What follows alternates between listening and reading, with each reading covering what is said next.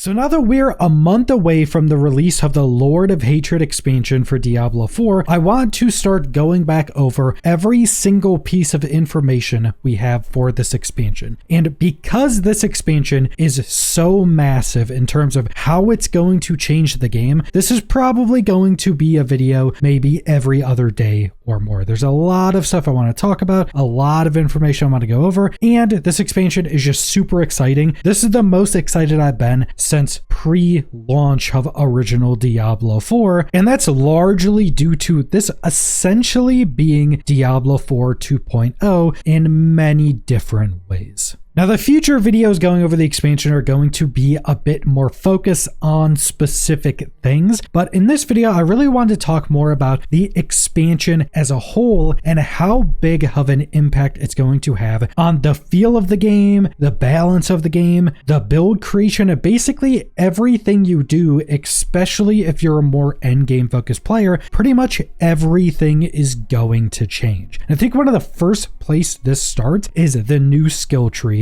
and in two primary ways. First off, we're getting a lot more customization in the skill trees now, primarily because of those skill variants in the middle section of all of the skills, where every skill will seemingly have 3 to 4 different variants you get to choose between. Those can change the elements of a skill. They can change how the skill works. You could potentially change an ultimate skill with a long cooldown into a skill with no cooldown, but it changes how it works. You could change like a core skill that usually doesn't have a cooldown to now have a really long cooldown, but do significantly more. You could completely change how skills work. For example, one of the Warlock ultimates we got to see was a Warlock summoning this big demon that would just constantly slash things in a cone. One of the upgrades you could get for this is that this thing would essentially attach to the top of your character and just follow you around, slashing everything as you go. So just a new skill tree with the new upgrades will completely change build creation by itself. If there was nothing else coming with the expansion, just that skill tree update, pretty much every build in the game would still have pretty significant changes. Because the skill tree also has no passives in it anymore, this is also going to completely change the balancing of the game as well. And it won't only be the skill tree changing the balance, because there's so many other systems. They're going to bring a ton of different ways to get power or change up how skills work. So the balancing of the game is going to completely change. But I think one of the better areas that this is going to change is not having passives in the skill tree anymore, because previously we would get hundreds of additional percentile of multiplicative damage increases that will no longer exist. And one of the developers did mention this in an interview, that because you're not getting all this free power from the skill tree, they can put more of that power in other things like your gear to make it more interesting. But this will also allow balancing to be much more tight, and it may also allow the developers to get the numbers down quite a bit as well, because I think once you start to get into trillions of damage, it just starts to be really hard to kind of determine upgrades and things, especially if you're going to the target dummy and you're just hitting something over and over and over again. Doing like 1 trillion damage compared to like 900 billion is a pretty massive difference, but it's also very hard to just gauge for yourself. So I do think not having any of these passives, not having any of that free power, will actually allow the game to feel a bit more balanced. Hopefully the numbers will come down a lot, but gameplay wise, it will just put more of our overall power into things we're actually looting in the game. And I say that specifically because things like our gear pieces, your gems, things like getting more rare resources to do different crafts on our gear, and then you also have things like the new talisman system with our charms that are also just items that will drop in the game. And all of that stuff can be more of our overarching power, and our skill tree will primarily just be for customizing our playstyle and our skills. And even if there was none of those changes I just went over, they would still have to pretty much fully rebalance the game because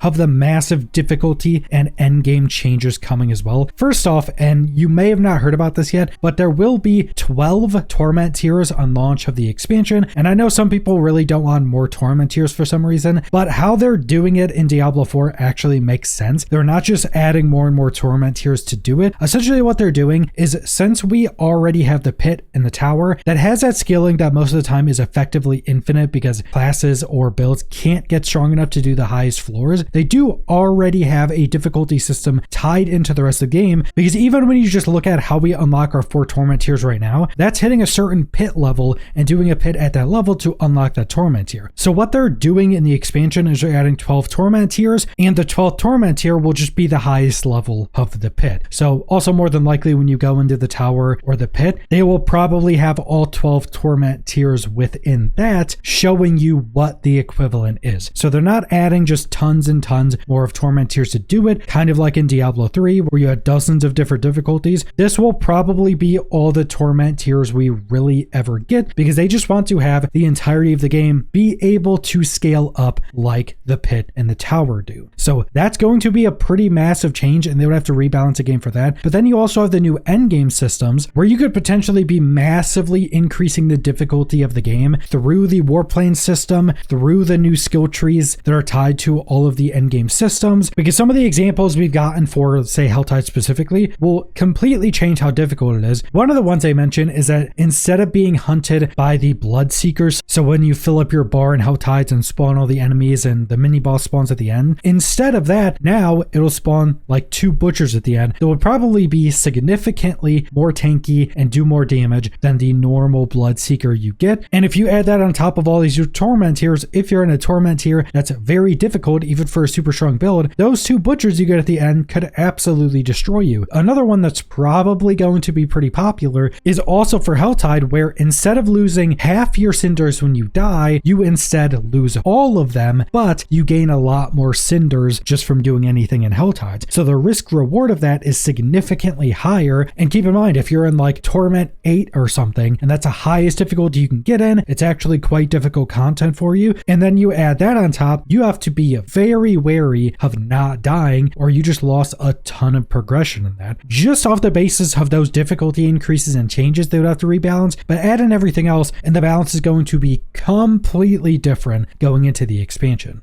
And while I think the balancing is pretty important, I think it's actually less important in ARPGs than the actual build creation and how many viable builds there are. And going into this expansion, I think we are legitimately going to be multiplying the amount of good builds you can use for endgame content. Now, it's going to be a bit harder to determine that because we're going to have 12 torment tiers now, and pretty much no build, unless something's completely broken, will be able to do like Torment 12.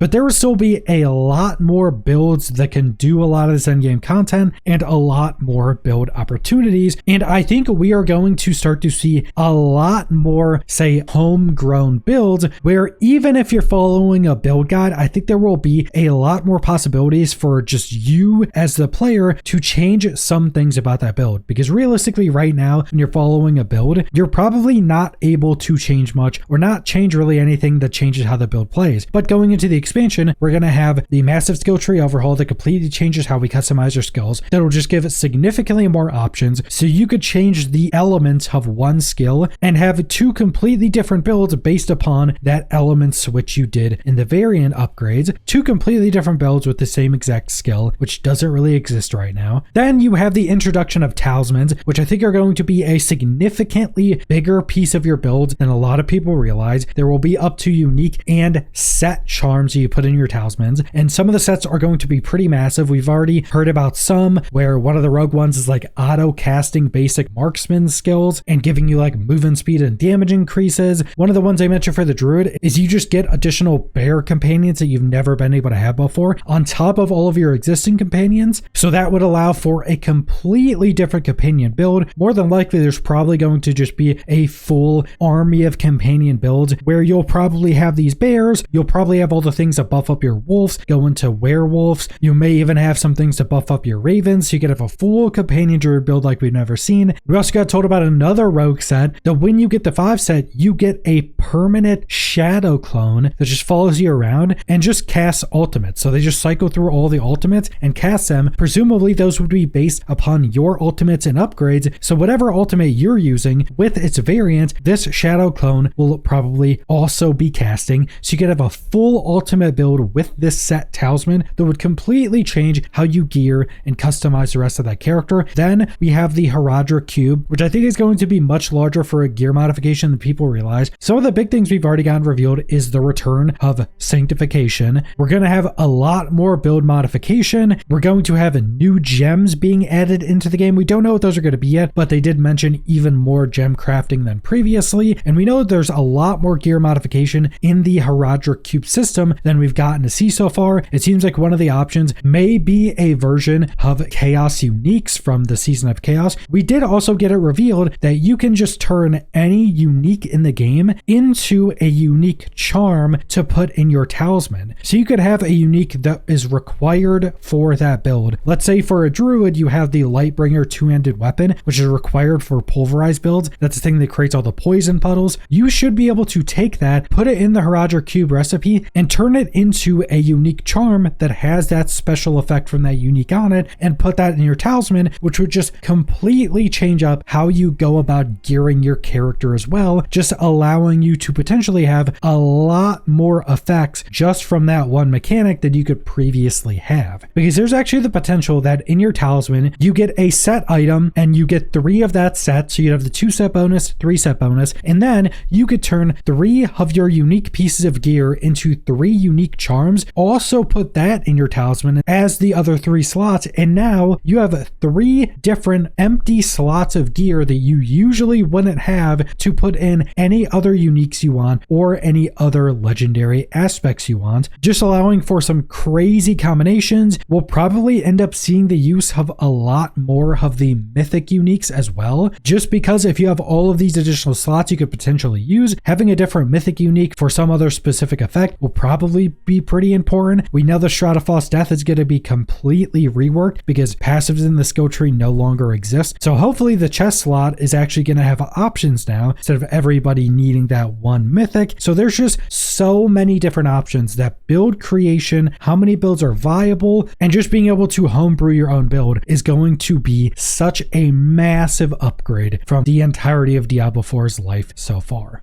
And this is a bit more of a ranty video, but the main thing I wanted to get across with this video before I start making the videos going into the specifics of every new system is that this expansion is truly going to be the biggest change for Diablo 4 yet. And Diablo 4 is a game that has had pretty consistent major changes over the years, but this one is truly going to be a pretty much complete overhaul of the game, which at a baseline would be exciting, just change and try new things. But because we've already gotten revealed so much of this stuff and we know a lot of it is just really good changes, it just makes all of it much more exciting. And I think the funnest thing going into the expansion is not going to be customizing your endgame content and being able to essentially choose your difficulty, being able to choose the rewards, going and getting all the new different loot and all the new resources to do all the crafting. I think the most exciting thing is going to be all of the new builds that are going to be created. Pretty much every build that is currently being used in the game right now is going to at least be significantly different, and then there's just going to be a ridiculous amount of new builds. And I think that's going to be the most exciting part because that will just feel so incredibly new in this massive overhaul to the game. But that's all I want to go over, so thanks for watching.